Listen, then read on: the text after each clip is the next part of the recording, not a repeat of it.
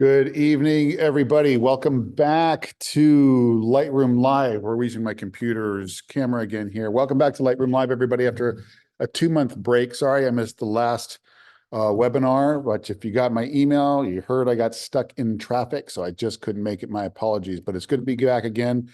Happy New Year to all of you. I hope you had a wonderful holiday season. I hope you had a wonderful, happy, and safe Happy New Year. And here we are, January 2nd. We're back at it again. Not a lot of business to take care of tonight. We are starting the new year with a clean slate on the schedule, meaning we don't have a lot scheduled right now. So I don't have a lot to go over other than a year from now, I'll be bringing a group to Kenya in January of 2025. I'm leaving myself. I'm leaving this Friday. I'm terribly excited, not bringing a group this time around. Just my girlfriend and I are going, and we're going to spend 3 weeks out there. We're scouting locations. They've had a lot of rain this year. I'm really excited to get out there, but scouting everything and prep for bringing a group to Kenya in late January of 2025. Other than that, not a lot of business to go over right now. So we're just going to jump right into it. And what we're jumping into here, if you've not read the emails that have been going out, is this is kind of a continuation of the last webinar. And sorts. And the month before last, we had a great guest on, a guy named Brian Griffith, who's a local dude, and he has created and manages the program Radiant Digital Raw Converter, and it works cooperatively with Lightroom. And he is a well of knowledge on what raw files are and how they work. And if you want to go back to my blog at bradleyphotographic.com, that recording is there. And boy, I wish we had more time with Brian to get more in depth on what raw files are and how they work, because I had a lot of questions myself. But nevertheless, this is a continuation in the sense that I thought it would be important to come back and touch on some aspects of raw that I want to get across that are practical. Last session was a beautiful, wonderful nerd fest, if you will, talking about the technical aspects of what raw files are and how they work and how to incorporate them into our workflow. But I wanted to go down the practical road a little bit more. So I called this webinar here, The Creative Potential of Raw Part 2. Now, given some of the things I'm going to go over tonight, and I will finally try and keep this to the normally scheduled time of within the hour. We'll see what I can do here. It's harder with guests because lots of questions come up when I have special guests, but tonight I'll try and keep it under an hour. But what I should call this tonight is the ugly side of raw, because I want to do something tonight that I don't normally do. I'm a little shy about this stuff, and I bet you are with your files to some degree as well. And what I mean by that is I want to show what my raw files look like. I want to show you a lot of before and afters so you can get a feel for, what somebody like me, what our ugly stuff looks like, our unpolished work, our unrefined work, and just go over a bunch of it while explaining what I suggest would be a practical approach to raw workflow. So forget all the nerdy stuff tonight. It's just a straight up practical approach. If you have questions, at the bottom of the screen, there is a question asking section. What is it called there? I don't know. Yeah. You can ask questions in there, and toward the end, I'll stop and I'll get your individual questions answered. But let's go ahead and jump in. I want to start first with, there was a question that did come in beforehand, and I wanted to start tonight with it. From Wendy Diamond. Hello, Wendy, if you're listening. And oh no, this is not from Wendy Diamond. I apologize. Question is from, bear with me one moment here. I had it up on my phone and now it went away. Where is it? It was something I apologize. I can't find the email, so I don't have your name up, but the question went to the effect of, the person asking a question is a dedicated Photoshop user and is trying to find the value into moving from Photoshop into Lightroom. Now, what I'm talking about tonight is kind of like the perfect segue into answering that question, in the sense that, the develop module in Lightroom is essentially what ACR is in Photoshop. So if you're developing raw files in Photoshop and you're using Adobe Camera Raw, ACR, you're using the same program essentially. The user interface from one to the other is essentially the same. The user interface is different, but what's under the hood is essentially the same. The tools are the same, the algorithms are the same, the math that's used to do the effects are the same. So it's all the same stuff. But why Lightroom, if that's the case?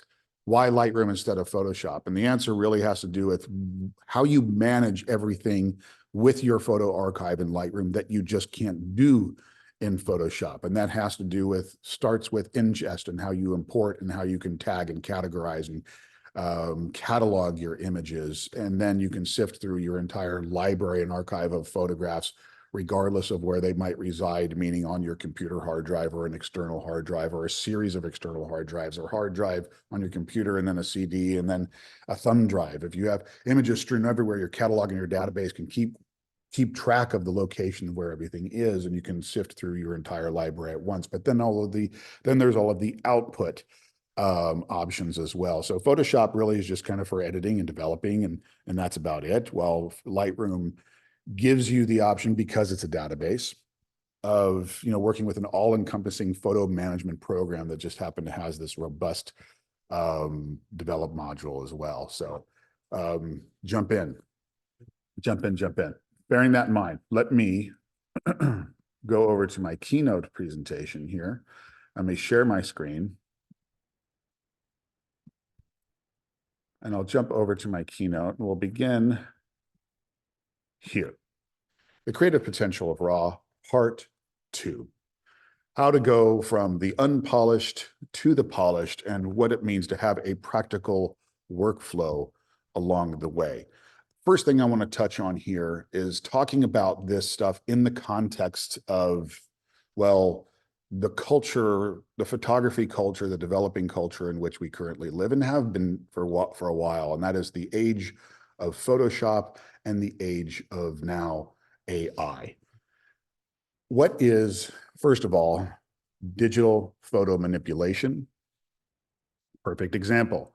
Before and after image of a model, and one is clearly raw, one has been retouched, and this is an example of manipulation in image. What is digital image developing, comparatively speaking? Image developing is something that, well, all of us raw file photographers are required to do, whether we bring an image into Adobe Camera Raw or into Lightroom or whatever raw converter you use. We are required to some degree to play with those images, to normalize our tones, to play with contrast and play with color and play with this. Even if you're choosing not to do anything, something is still being done to your image. You just might choose to be absent from that phase of the creative process. But when you're developing a raw file, or when you're taking a raw file that you've captured in your camera and you're transferring it into something that we can see, whether you're playing with the sliders or not playing with the sliders, you are making a choice to then either go with a palette that Adobe chooses for you, or you can then take an active role in choosing that palette and stylizing your image. And of course, you know what I'm going to recommend: do the latter. Here's a before image, and here's an after image of one of my raw files. The one on the left looks like it's shot in the daytime, but it's not. You can kind of tell if you look at that specular highlight in the eyes of the lion. So that specular highlight in the eyes of the lion exists because the irises of the retinas, the irises of the lion are open, because the light at that time of day was actually very low. This image was taken at dusk, believe it or not, even though it looks the way it looks. And with a little bit of pop-up flash on my camera, just a little tiny bit, and I mean a little bit, I popped up the flash on the camera, and then I turned the power way down. Just a little bit of pop-up flash will reflect off the back of the retina of the lion. So this is a little bit of a tell what time of day that I shot this. If this was shot in the middle of the day, I would not be able to get an iris wide open and a specular highlight hitting off the back of the camera. So after development, we get what we see on the right-hand side. And this is more akin to what my experience was, what I saw. Again, it was at dusk. This relates more to the experience that I had in this scene or with this scene and with this animal at the time of taking the photograph. What is digital photo editing and post-production? I missed that. What is digital photo editing, creative expression versus manipulation? Well, digital photo editing versus development. I describe these two as, well, what I just told you, or what I just described is how I approach the development of the raw file of a lion, where I'm taking the raw file and I'm sort of, we'll just say, stylizing it. I use terms like normalizing tones and playing with contrast here and color there and this there, making choices stylistically in a raw converter is what I refer to as a development phase of a raw file workflow. Photo editing, on the other hand, is more where we're taking an image that is processed, not necessarily a raw file, but a processed image, and then from there, editing or re-editing that image, where you're changing the characteristics of a pixel site, something that's already defined as this is a red pixel at this level of luminosity or brightness. When editing it, I can change that. I change that from a red to a pink or a red to a maroon. I can change the brightness values, and that's more of an editing phase than a developing phase. Now, kind of thinking back to the slide that I showed there of the two models, this is really what I want to get at here, and that's creative expression versus manipulation. Here's an image taken by a very well-known photographer named Jerry Ullsman, where there's clearly some manipulation going on here. We do not have wrists and forearms of people looking like tree bark and coming out of the ground like a tree, et cetera, et cetera. However, this is an image that was done totally in the darkroom before the age of Photoshop in which we live, where images are so quickly and easily manipulated. This was all done in the darkroom. So this is, I would say, a good image representing both photo manipulation and creative expression together. Another image by Jerry Ullsman, all done in the darkroom, all before the age of Photoshop. And then there's images like this. Again, an image by a photographer and artist named Jean-Paul Caponegro, son of famous photographer Paul Caponegro. Digital manipulation, digital creation, things like this don't exist in nature, but Jean-Paul Caponegro would take images and weave elements of those photographs together to create these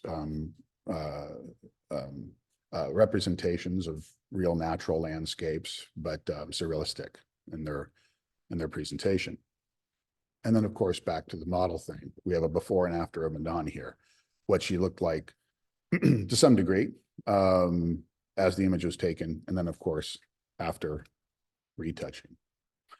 And of course, now we're in the age of AI, where we can create these kinds of things with just a keyboard prompt and type in a few keywords. And in this particular case, I wanted to show a before and after a retouching and create these photorealistic interpretations. Now, this one looks synthetic, meaning that it looks like it is AI. It doesn't look exactly like a photograph, but we are just, who knows, months away, a year away or less, before we can use keyboard prompts and create portraits that are indistinguishable from something that you would generate with a computer versus a camera.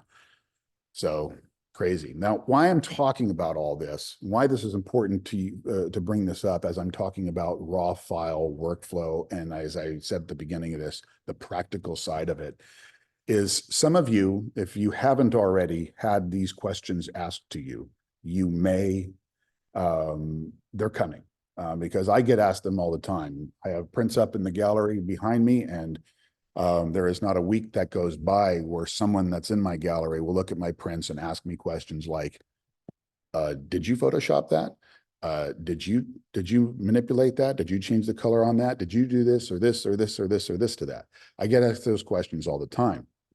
And to me, it's a funny question because in the age of raw file workflow, the answer is always yes. I absolutely did bring them into Lightroom, and I did play with sliders, and I did play with color, and I did play with contrast. But with raw file workflow, again, we iterate, this is crucially important. You are required, if you want to have any say in the creative phase of stylizing your work, you've got to develop the images. There's a difference between stylizing an image and developing an image and manipulation. There's a difference. Here's another example. Now, I showed this a couple webinars ago. I mentioned the one 2 months ago with Brian Griffiths, but one or two before that, we had a friend of mine, David Duchemin, on, and he was talking about developing images as well. And in the middle of the presentation, I think I pulled this up, but this is a set of images that I put in my book, Creative Workflow in Lightroom, a few years ago. And it's really important to see. This is, if you don't know this image already, this is a straight print or a contact print from Ansel Adams' Moonrise Hernandez, one of his most famous photographs. So what I mean by a straight print or a contact print is the negative is just placed directly on a piece of paper. No manipulation of any kind has been done to the final print. Light passes through the negative, and what you see is what you get, WYSIWYG. So nothing has been done in that realm. Another image of Ansel Adams. This one is also very important to see. Now, this is also of Moonrise Hernandez, but what we're looking at here is a set of Ansel's printing notes about that image. Now, what these printing notes represent is after Ansel, or really kind of any darkroom photographer that would do this kind of phase of their printmaking, where they're looking at their raw materials, we can call them that, and making decisions on, should I dodge, should I burn, should I redirect my audience's attention to one part of the image because I want the subject to pop, or I want to subdue another part of the image to draw attention away from there because it's more incidental to my narrative, or whatever the case may be. Those decisions, those considerations are made in this printing notes phase of the workflow. You look at the raw materials and you analyze it, and you ask those questions and you answer those questions. In this particular case, Ansel made notes of what he wanted to do to the image. And these, of course, printing notes can get modified after his print is made, and you decide if you like it or not, and then you refine those printing notes and refine it until you have a recipe, a recipe that you can follow time and time again. So your prints are the way you want them and the way you want them on a consistent basis.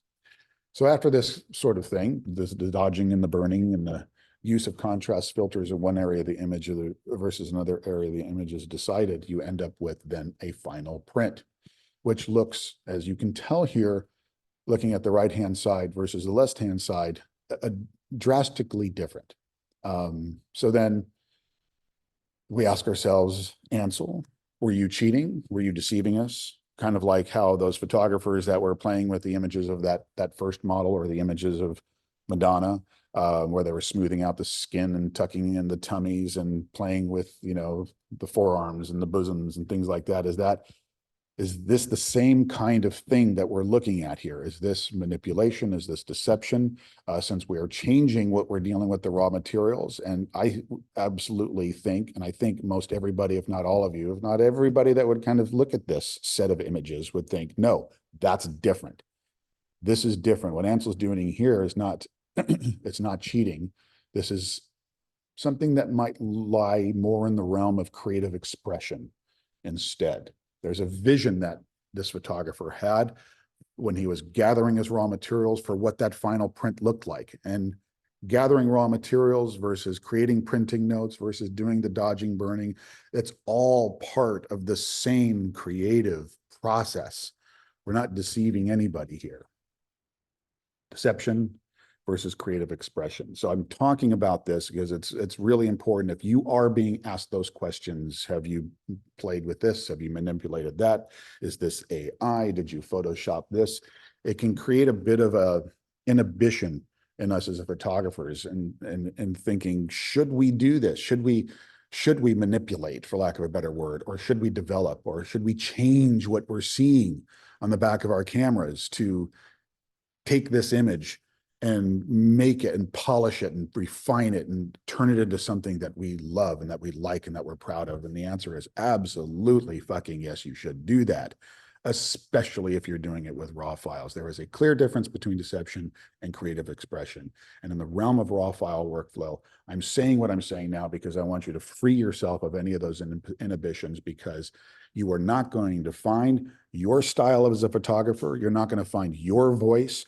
You're not going to find any of that unless you're free to play with all of those sliders as freely as you can and make mistakes and make things look bad, and then pull those sliders that you push too far and then make things look good again. You have to feel free to play and take yourselves to places that you didn't think you could or should go, to find what style is going to work best for you.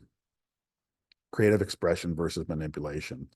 Are you creating something literal or something that's translated? And certainly the work that I do, the nature, wildlife, landscape world that I do, most of this stuff is not a literal interpretation. It is translated, which also frees me up to do that kind of work.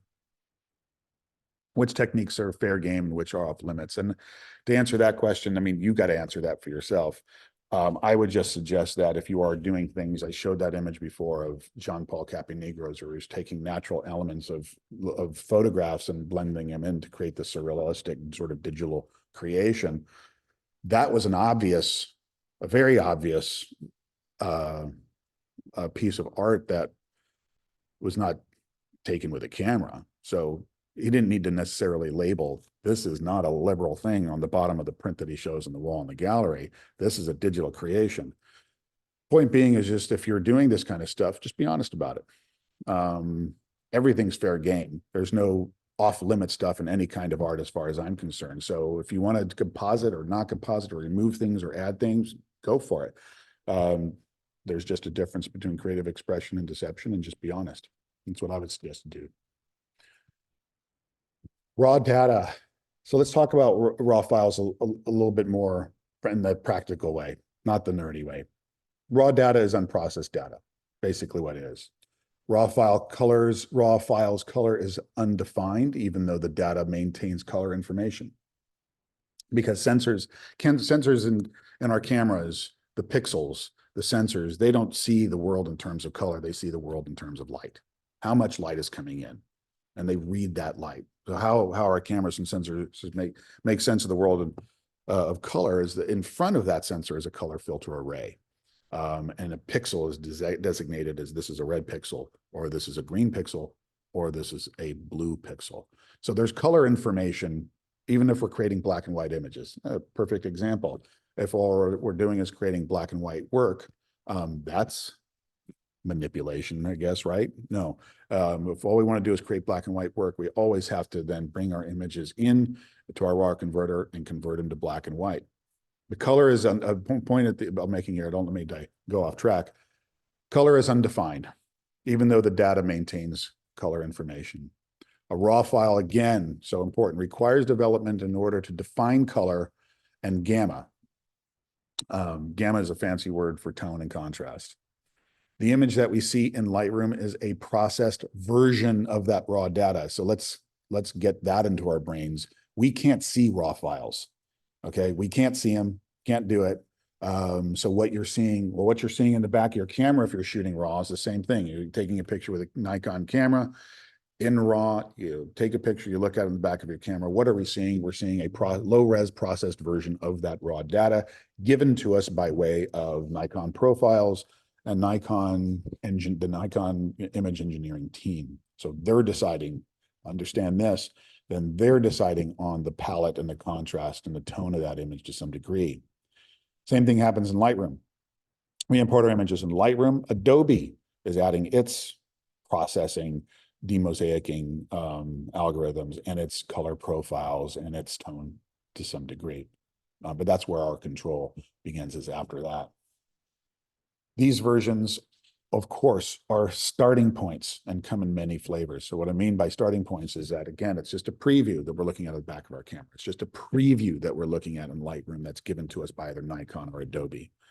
And we can think of these previews that are where their profiles are supplied to us by Adobe as starting points. From there, from what we're seeing on our screen, we can decide I want more color or less color. I want no color at all. I can make it black and white. I want a lot of contrast and a lot of texture. Or I want to move my clarity slider the other way and make our details soft and ethereal. There's lots of choices there. The nature of raw data. Light is data, and data is our image. This is a very important thing to understand when creating a raw file. I mentioned we have a sensor. All it does is read light and a color ray on top of it, red, green, and blue pixel sites. This is how our sensor makes, this is how our camera makes sense of the world around us in terms of color. Light is translated to an electrical signal and is given a value. And that value is then all put together, and what makes up our detail, it makes our fine tonal gradations, and what makes up our image. And the more of that information we gather, inherently, the better the quality of our image. The more detail, the more light, the more information, the better the image quality ends up being. So if you are a photographer in that, still in that school of thought where you want to rely on your meter to get your exposure right, don't. To get the right exposure, you don't rely on your meter anymore, like you would as if you were shooting a roll of film. I guess if you were shooting a JPEG, but really if you were shooting a roll of film, because meters tend to push us toward midtones. And it doesn't matter if you're using a spot meter or center weighted meter or some kind of a matrix meter, they just tend to push us toward the midtones.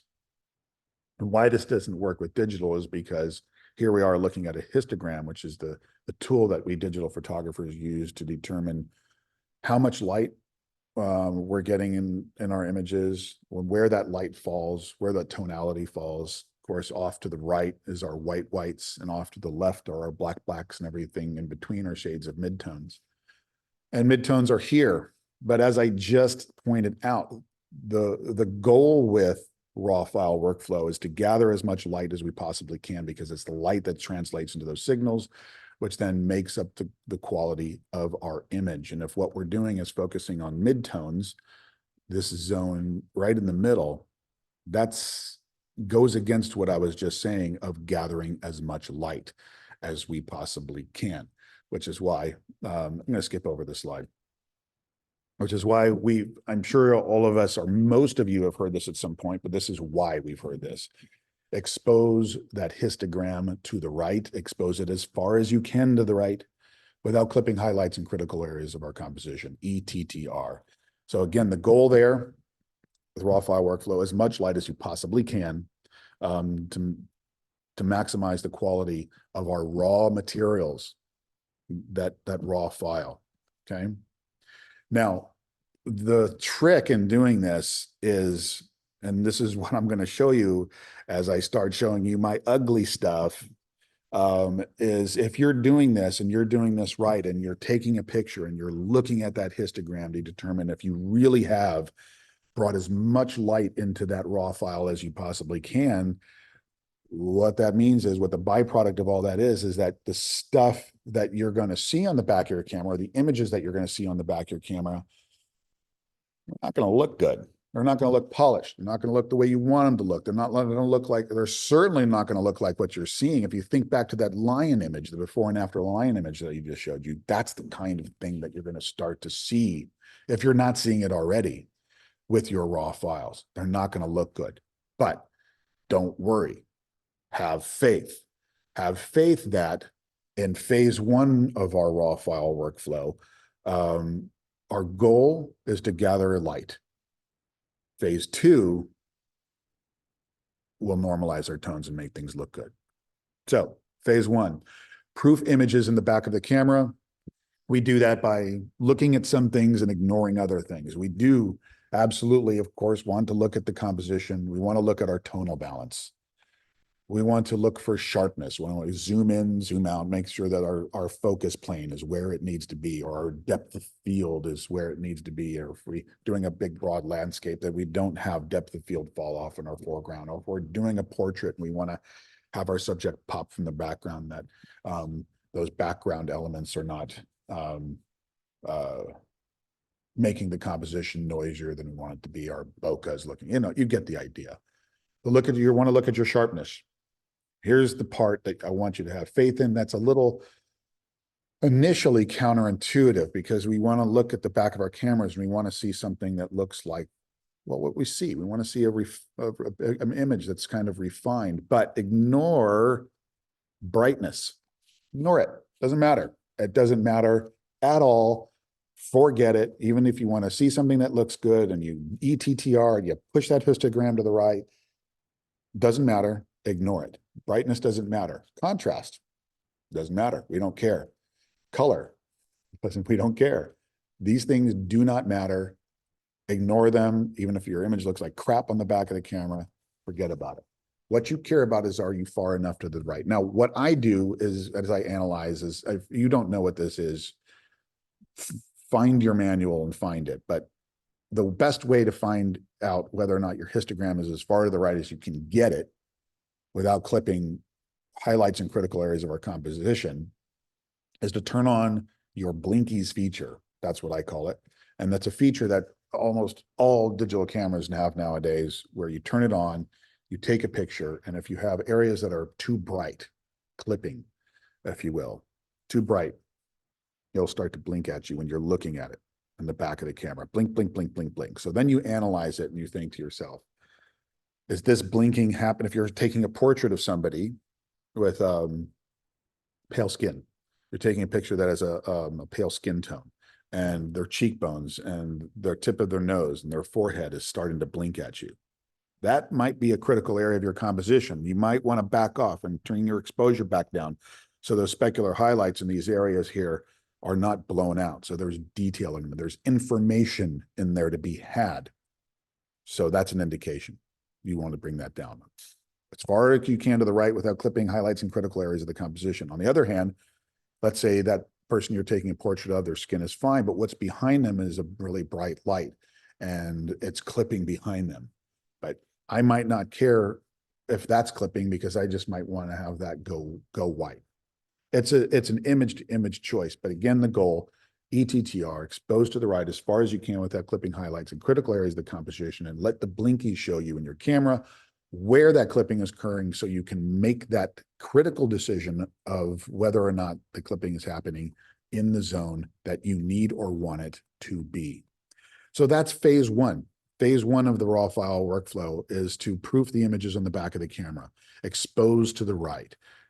Things are not going to look good, but have faith, because in phase two, the developing phase, where we're normalizing our tones, or we're starting to stylize our images, that's when we can start to see stuff come alive. That's the phase where we set the contrast and we determine the brightness of our image based on our own needs on how we want to express this photograph. This is where we balance our colors. This is where we saturate or desaturate our tones. This is where we play with mid-tone contrast. This is where we make things look good. So light is data, and data is your image. Very important phase.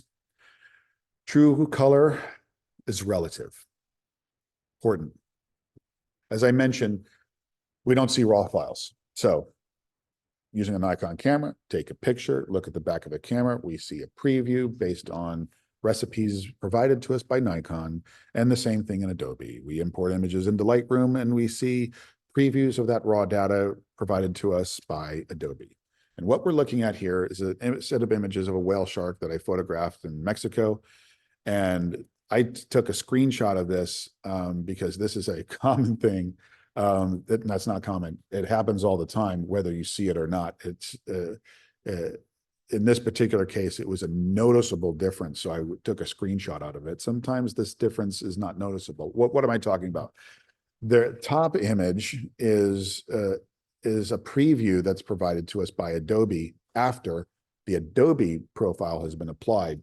And this is the kind of blue that I get, and this is the kind of contrast that I get with the image by way of Adobe's profile and recipe. Below that is Nikon's. Now, what happens is every time I import a set of images into Lightroom, depending on my preferences, the embedded information that comes from the camera, the embedded preview, as it's called, is thrown away. It's thrown away, and it's replaced with Adobe's, because eventually we're going to be playing with this image in the Adobe Develop module, and we need to use Adobe language, not Nikon language. So they dump Nikon's and they replace it with Adobe's, and then this is what we see. Now, what happens, obviously, is there's a shift in color, a shift in tone, a shift in contrast. And this annoys people. It annoyed me when I first saw it. After I understood it, I got it. Didn't bother me so much. But it happens whether you're seeing it or not. There's always a shift going from the camera information to Adobe's information. So ultimately, what I want you to get from this is, what is blue? What's real? What's real blue? What's true blue? What's the right blue? What's the best blue? I don't know. I don't think you know. Nobody knows. It might be for you what you see, what you experience, but does that mean what you remembered that experience to be, or what it actually was? What it actually was. And then there might be a dark blue or a light blue or a muted blue or a saturated blue, a dark blue, a light blue. What is true color?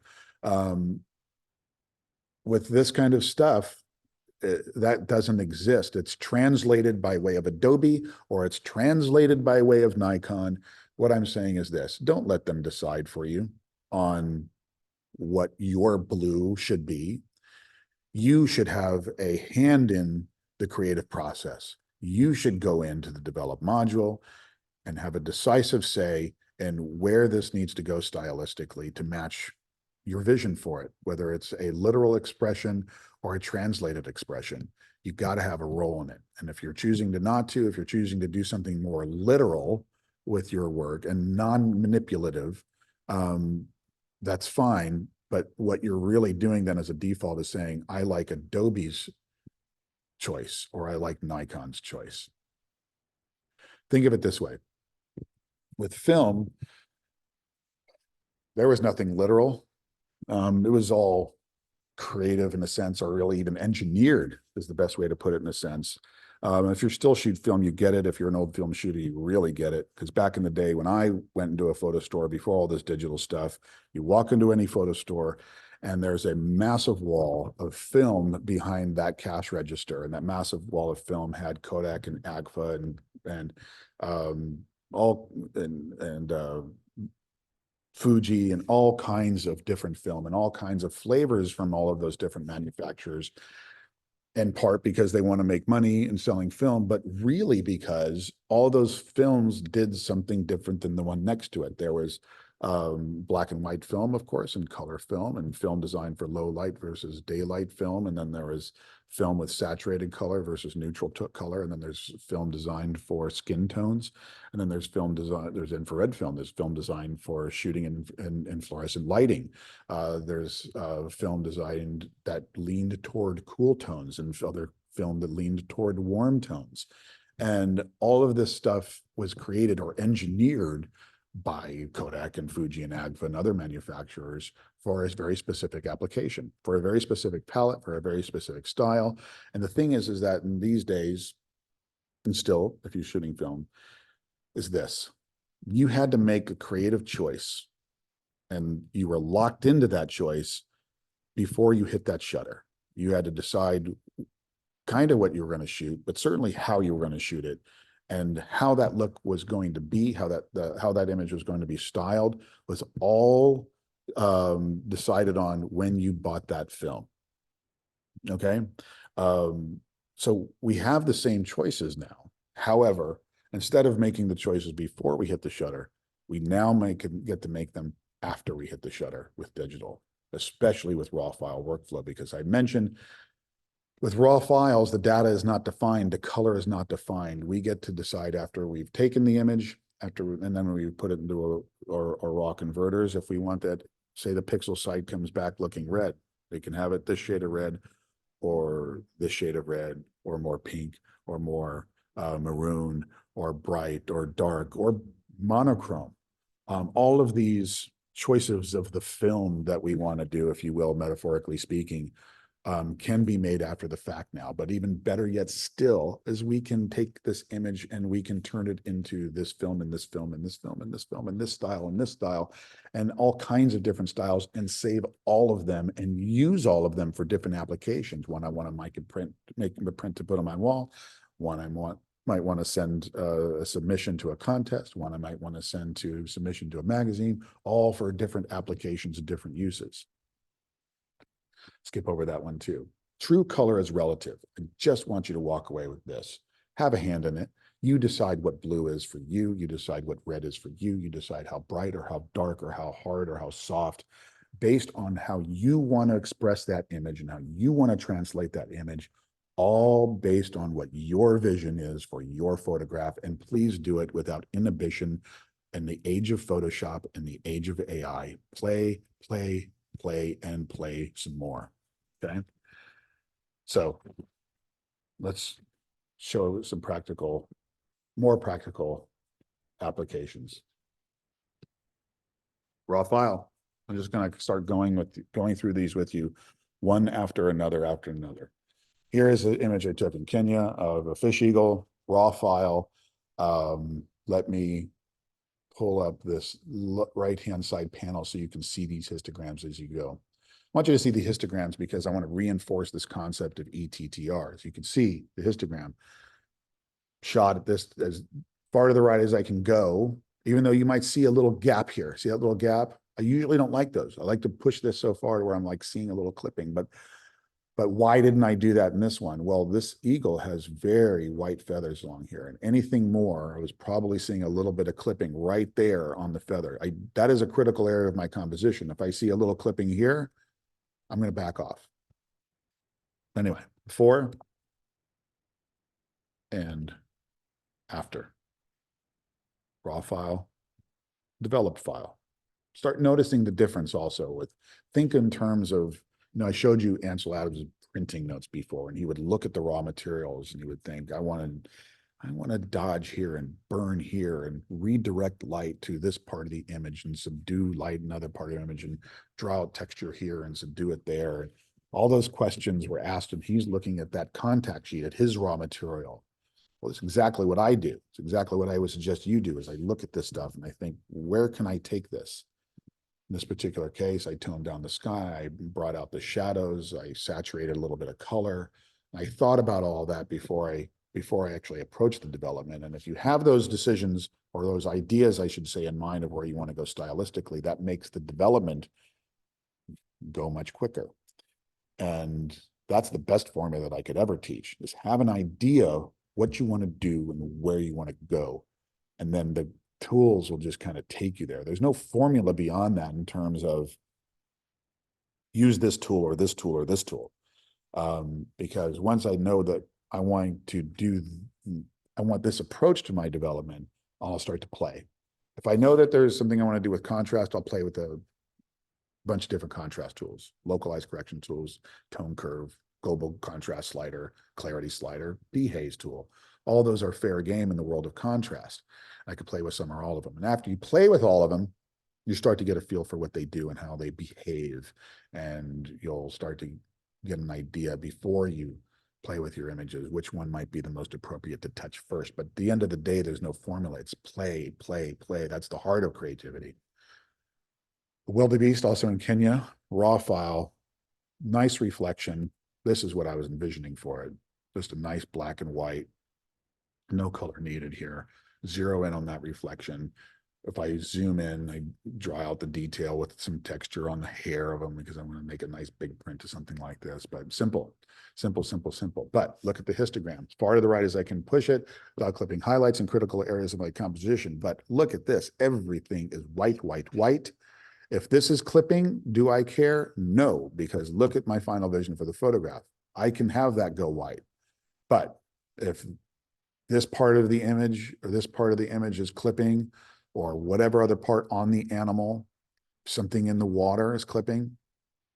That's what I mean by exposed to the right as far as you can without clipping highlights in critical areas of your composition. Tones normalized. Another one. Look at the histogram, right? But not too far to the right, because there's a lot of specular highlights here to consider. What's going on here? What's going on here? Got to care about those. I have to worry about those. I'm analyzing those blinkies as I go. Final version. Still not a lot of detail here, but there's some. Zoom in. Makes a nice print anyway. But all my detail is there. That's a more important area to me. This is an image I took here just down the road in Silomar. This is a slow shutter speed with a tilting of the camera, excuse me, with a panning of the camera with a slow shutter speed taken at sunrise on the beach. And what I saw was drastically different, or what I experienced and saw was drastically different than what we're seeing here. This is a real good example of what I mean by have some faith. Just gather information and it will all come together later. Look at the histogram. It's just this compressed tonal jumble of information on the far right. I don't worry about what's behind the right-hand side of the histogram. Some people ask me, do I need to worry about there being a bell curve or humps and valleys to the left or in the middle or to the end? And absolutely not. It's all about gathering information, about gathering light. Light is what translates into all of our color gradations, our details, our textures, etc. So here we are. Very flat looking image. And I say it's flat because we don't have any defined midtones. We don't have any shadows or blacks. It's just this narrow band of tonality in the high key register of this image. But again, this is not what I saw. Have faith. We normalize tones. This is akin to more of what I experienced. The lavenders, the pinks of a sunrise on a beach. This is what I saw. This is what I experienced. And all of the information is there. All you have to do is start bringing those. If it's too bright, and like in this case here, I'll just show you. Start bringing our sliders down and playing with color, and things will come into play. I'm not doing a great example there, but I think you get the idea. Play with it. Normalize tones. All of the information is there. Another one, ugly side of raw. Shot as far as I can to the right. Boy, did this one look different. This was taken as the sun was just about to set from Glacier Point in Yosemite, and there was just a little bit of light left at the end of the day, which leaked onto Half Dome, and there was a stormy sky. The clouds were passing through, and after normalizing my tones, come on, yeah, there we go. This is more akin to what I saw before and after. All right. Let me blacken out our screen so we can see these images a little bit more clearly. Another one, taken the same evening. This is actually after that other image was taken. The sky was starting to clear a little bit. And before. Wait for it. My computer's going slow. After. Look at that difference. All those tones are there in the sky. Everything is there. Just got to bring it back down. Image I took at Antelope Canyon, where in this particular case, boy, was there a lot of contrast. This image is ripe for HDR usage. I didn't do HDR with this. I didn't think I needed to, but I wanted to be very careful. Up here, there's part of the canyon that is blowing out, and this part here goes to black.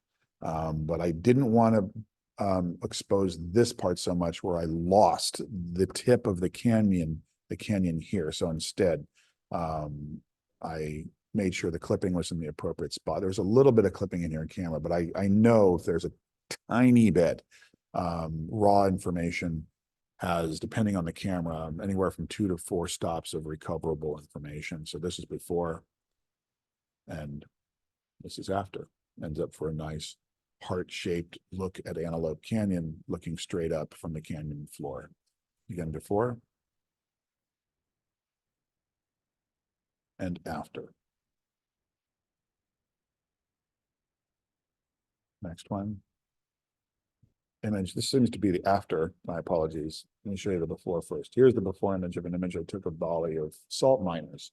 Boy, do these guys work hard going to the beach every morning and bringing buckets full of seawater on their backs up to a refining plant 50 yards away, and they made this trip all morning long, back and forth and back and forth. Anywho, photographed in Bali. Same kind of thing as Antelope Canyon, really, even though it looks like a completely different scene and completely different image. The approach in terms of how I gathered my raw materials was the same. As I said in that last image, I was very careful not to blow out the highlights in the tip of that canyon. Well, in this particular case, I was very careful not to blow out the highlights in this part of the sky. Just to the right of the here is where the sun was coming up. I didn't want to blow this out. Why? Because I wanted to maintain color throughout the image. A nice morning warm tone. So this is before, and here's after. And now you can see where I was going this and why I made the decision that I was making with it. If I exposed this any more than I had in the raw file, I wouldn't be able to maintain that warm tone here. I can possibly manufacture it, but that's extra work. I don't want to do that. So I maintain my exposure here, so I can, excuse me, not clip this part of the image here. So next one, underwater photo taken here in Monterey, before. Wait for it, and after. See where I'm going with this? Have faith. Moss Landing. Look at the sky. Before and after. Next one, image of Golden Gate Bridge.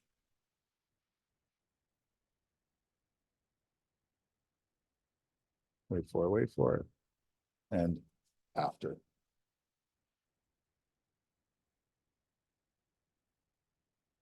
Raw materials, lime, taking a drink. And after.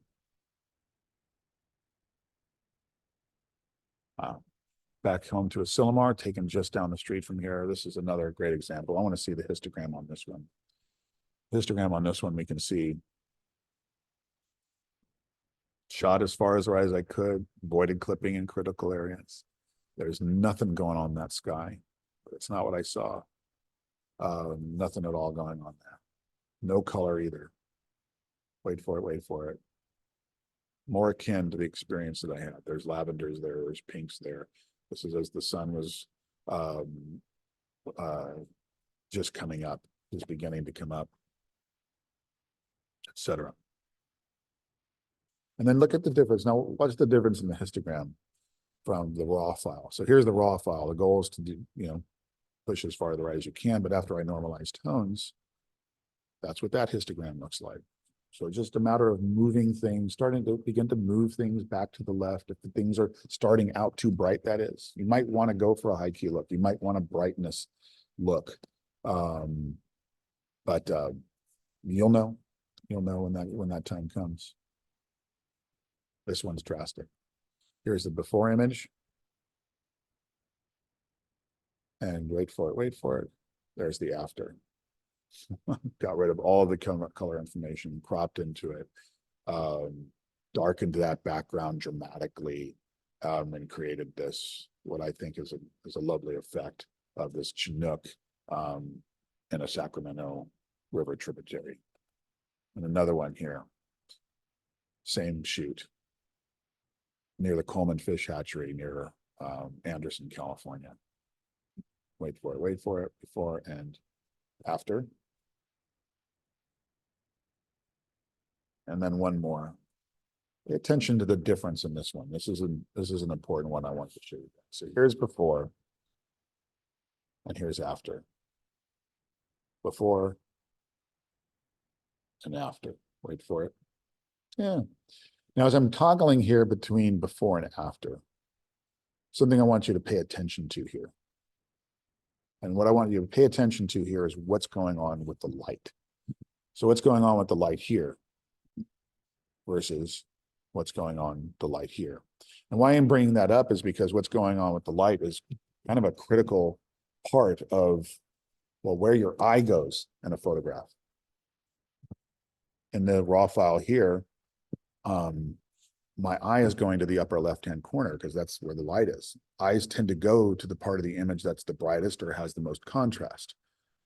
The problem with this raw file, in respect to what I'm just talking to, or with respect with what I'm talking to here, is I don't want my viewers' attention to go to the upper left side of this image. Why? Because the upper left side of the image, where you just see a hint of a fish form, is not the subject of my photograph. What is the subject of my photograph? Let's look at the after image where it's more clear. It's that salmon directly in the middle. So what I do in this particular case, thinking of those printing notes, looking at my raw materials, is I ask myself a question in the develop module. And I ask this question in the develop module the same way I ask myself this question when I'm in the field and I'm a camera and I'm trying to compose an image. And that question is, what is my subject and what do I want to say about it? What's the subject? If you are in the field and you don't have clarity on what the subject is and what you're trying to say about it, where do you point your camera? What elements should and should not be in your frame? How do you compose? If you do not know what the subject is and what are you going to say about it, how do you know if you're going to use a fast shutter speed or slow shutter speed or broad depth of field or shallow depth of field? Having clarity of what your subject is and what you want to say about it dictates the workflow for how you want to take that picture. But that also works in the develop module. If you have clarity of subject and what you want to say about it, that's going to help dictate how you stylize this. In this particular case, that's obvious.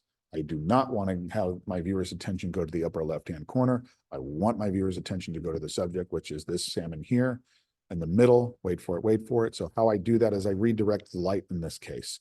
I move the light away from that upper left-hand corner and I put it directly on the subject. So now my audience's attention is drawn to the subject. Use that rule of thumb and everything you're doing is going to take you a long way. A couple more. Night shot, Joshua Tree National Park. Before and after. Before I show a few more, I'm going to see if there was any questions here. Let's go down to Q&A. We got a couple questions I could see. Jason, what did you say gamma stands for? Well, I was saying it was a fancy word for contrast and tone. Basically think of it as a tone curve. And gamma is added to determine whether an image is more or less gamma, is more or less contrast, is a fancy way of saying it. What are your thoughts about calibrating your camera with Spider Check? How does it affect initial steps in Lightroom? So calibrating it, that's a good question, Rich. Calibrating a camera, should you do it? Well, I don't do it. I don't do it because simply of the type of photographer that I am. And the type of photographer that I am, as I said before, I do nature and wildlife and landscape photography and that kind of stuff. So having a literal interpretation, color-wise, tone-wise of my subject is not important to me. It's much more important to me to be translative, to create an image that lines up with an experience that I had or a feeling I had or something that I want somebody to feel based on what I'm producing. So a literal translation is of no interest to me. What might be an example of when I would, or when a photographer needs a literal interpretation of tone and color. Well, if I were a commercial photographer, I might want to do that more. Let's say, for example, I was doing a shoot for Revlon, and Revlon hired me to shoot their lipstick line, and they had 100 shades of lipsticks of all different colors and tones. And I needed a very accurate interpretation of those colors. So what I take with my camera and what's printed in their advertisement, be a billboard or a magazine, looks like what I see. In that case, I don't want to translate at all. I'm going to want to have it be as accurate as possible. So calibrating my camera and having a calibrated system would be the way that I would go for such a workflow. But for me, I just don't care. Don't need to calibrate. Just have it be interpretive and flow through me based on how I feel. How did you redirect the light with the fish? Excellent question, Julie. That's where I get into using my localized correction tools. Over here in the upper right-hand corner, my masking tools, my localized correction tools. In fact, let me go back to this image so we can see the masks that I have specific to this image. So here's a mask there. There's another mask. Let me hover over it. Another mask there. And here's another mask here and another mask there. Now, this is what I do. Now, what each one of those are do, I don't have time to get into right now, but understand this. Here's my raw file. It'll come up in a second. I hit the button. My computer's running slow. Give me a second here. Come on, computer. I'll just click on it. So yeah, so here's my raw file. Let's let your ideas guide you, have clarity of subject, know what you want to say about it. Look at your raw materials. And I start to think, too bright here, I want to tone this down. Too bright here, I want to tone this down. I want to bring the brightness values up here, maybe add some color and contrast. I want this fish down here to come out a little bit more. I don't see his eye or her eye. I want to bring this out a little bit more. This red looks a little flat to me. I want to make this more saturated. I think about all this stuff ahead of time. And when you do, and when you answer those questions ahead of time, what's my subject? What do I want to say about it? How do I want to say about it? How do I want to stylize it? You start to figure it out. And then you start to play, and play is the fertile ground for creativity and all that crap. But you start with the ideas. Localized correction tools, basically, Julie. Shot of Joshua Tree Park. Sky was amazing. Not a question, Carol, but thank you for the comment. I'll come back later to see if there's more questions. I'll show a few more of these before we wrap it up. Image I took of some Maasai in Kenya. Perfect example. Shot it as far to the right as I can without clipping. Critical highlights in the composition. What was blinking here? The sky. I don't care. But what I did care about were these highlights on there. Like was mentioned before, portraits. You look at the skin tone, excuse me, you look at the cheekbones, you look at the tip of the nose, you look at the forehead, these areas that tend to show those specular highlights. And if these are clipping, no good. If what's going on behind the subject in this case is clipping, no problem at all. But why I kept this exposure the way I did, and why some areas of these skin tones here are as far as I can take them without clipping, while other areas still remain darker so much that I had to bring them up in processing, was to preserve those specular highlights. Here's before, and here's after. One more. Before and after. All right. So hopefully this is a bit of a more practical look at what you guys can do with raw file workflows. Yes, absolutely. There's so much more I can talk about, and I will more in the future.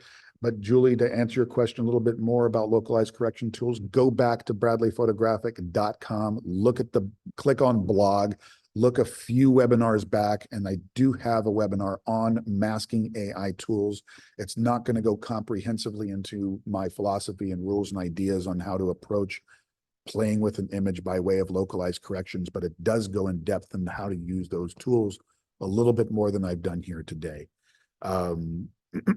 So go back to those, or go back to any of these webinars. This one will be on the blog in the next 48 hours. If you've missed part of this, or if you missed it altogether, it will be available to you like all of them. But when I want to, again, going back to the practical look at raw file workflow. It's phase one. Gather as much light as you can. The light is what dictates to us the quality of our images, grants us the latitude that we need in the development phase of our workflow to normalize our tones and bring out those colors and refine those textures. So do that, and do that with having some faith, because what you're going to see on the back of your camera, if you're exposing to the right properly, is something that's not going to look refined. It might look too bright. The colors might be off. The contrast might be off, but have some faith, because when you bring that camera then into Lightroom, normalize those tones, that's when you can start to really express your image, express yourself through your image, and show the kind of photograph that you were envisioning when you were thinking about what is my subject and how do I want to express it at the beginning of your workflow. And then from there, as you bring your image into Lightroom, you're doing all that stuff, feel free to play. Don't let the age of Photoshop and AI and the questions of whether or not you manipulated this put you into a state of whether or not you should do this or should do that. Forget all that crap. Just start playing, and play in crazy ways to find where you can go with images stylistically, because that's how you're going to find your particular style, your individual voice, and your unique way of expressing yourself through your photographs. If you don't do that, then you're going to lean on what Adobe supplies you with its default profiles and algorithms, and please don't do that. As an artist, you need to find your voice and your way of expressing yourself. And that's probably my 2 cents from a practical approach to raw file workflow. Let's see if I have any more questions before I wrap this up here. Whale shot. How did you know what would be clipped on this action shot? Little bit of second nature, but in the sense that I've taken enough whale shots that I know that, like, the white part of the humpback whale pectoral fin, always fertile ground for clipping. The splashing coming up from the fluke as it's breaching, that white water, any of the white water stuff, fertile ground for clipping. So I'm just paying attention to, usually what I'll do with the whale shot, with really any wildlife shot, is I'll take a few test shots ahead of time, and I'll see where the clipping is occurring before I kind of get into the groove of pop, pop, pop, pop, pop. And I'll see where the clipping is occurring. Of course, I'm paying attention to, if it's a whale and it's got a white fin and white water, I'm going to want to back off, versus if it's what's a darker animal, a cormorant, or a buffalo in Africa, water buffalo, where their tones are dark in nature. I don't need to worry about that as much. I don't need to worry about white spots on them acting as specular highlights and clipping off. So I'll take a few test shots ahead of time, always paying attention to those clippings, etc.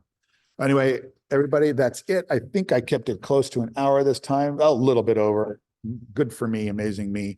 I'm 90% sure that we are going to be doing the next webinar, which I don't have a topic for yet, as always, on the first Tuesday in February. I say I'm 90% sure because I am going to be in Kenya for the next 3 weeks, which is going to throw my schedule off a little bit, but I'm dedicated to doing these whenever I can. So I'll email you while I'm in Kenya to let you know that I have a topic, that I'm going to do it, or have a special guest or not. So that's coming soon. So either way, stay tuned. Thanks for tuning in tonight. If you have more questions and I miss you tonight, you're always welcome to email me or Joe or Effie here at Bradley Photographic, Bradley Print Services and Photographic Center. We're here for you guys to lean on. Thanks for tuning in. And again, Happy New Year. Happy shooting, y'all. Bye-bye.